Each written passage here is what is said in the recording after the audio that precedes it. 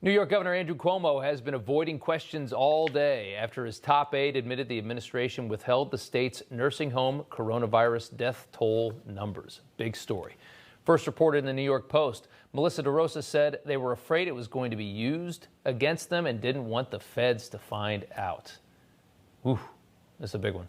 Today, Cuomo was among several governors, though, who met with President Biden in the Oval Office to discuss the COVID relief package, but he was quick to duck out of questions from reporters. He also ignored them this morning after reopening the New York Stock Exchange from COVID restrictions. Now, several top New York Republicans are seeking to oust Cuomo, and in a letter, 8 Republican lawmakers are calling on the DOJ to immediately open an obstruction of justice investigation into Cuomo and his administration.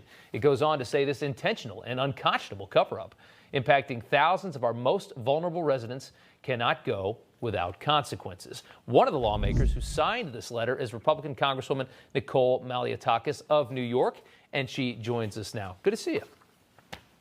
Good to see you, Rob. Thanks for having me, and thanks for covering this issue. It's very important to those I represent. It's a big story. Explain a little bit more about this letter to the DOJ. Sure. Well, look, we've been saying for several months now that something was not right here. First of all, that mandated nursing homes accept individuals who are COVID positive.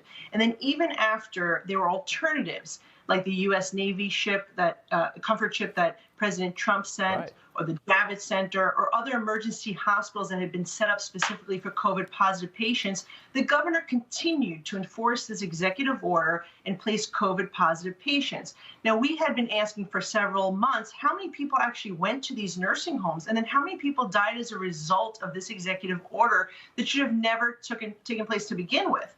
And it turns out that they underreported both these things. And then now we find out from the secretary to the governor, who is essentially the chief of staff to the governor and really has a hand in all aspects of these executive orders, that the governor actually had a cover up here. And they covered up, number one, the number of individuals that they put in these nursing homes, and then how many people actually died. And they underreported both of these figures by 40 to 50%.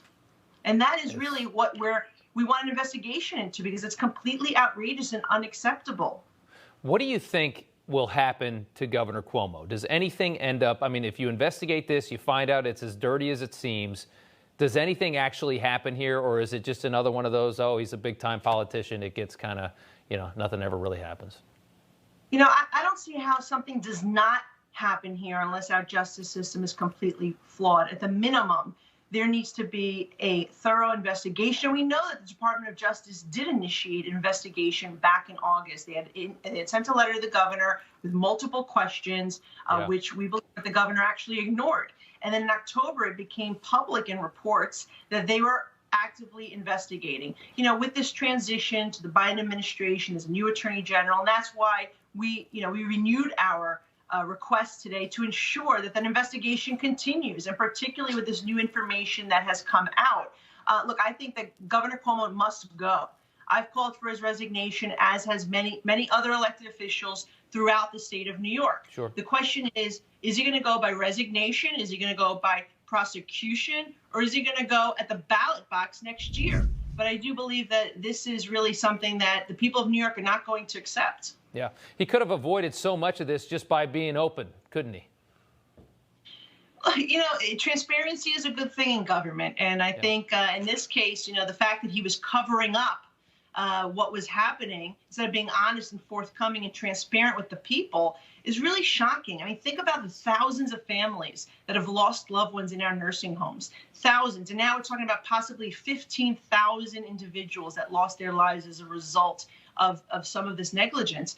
And, that is really what we're trying to do, is get answers for those families. They really, truly deserve justice, and we're hoping that the Department of Justice really gives us a thorough evaluation. Sure. You've had 14 Democratic state senators, 14 Democrats in the state, joining Republicans wanting to strip Cuomo of his emergency powers. That's what I think hurts the most for him. I think it's so polarized right now.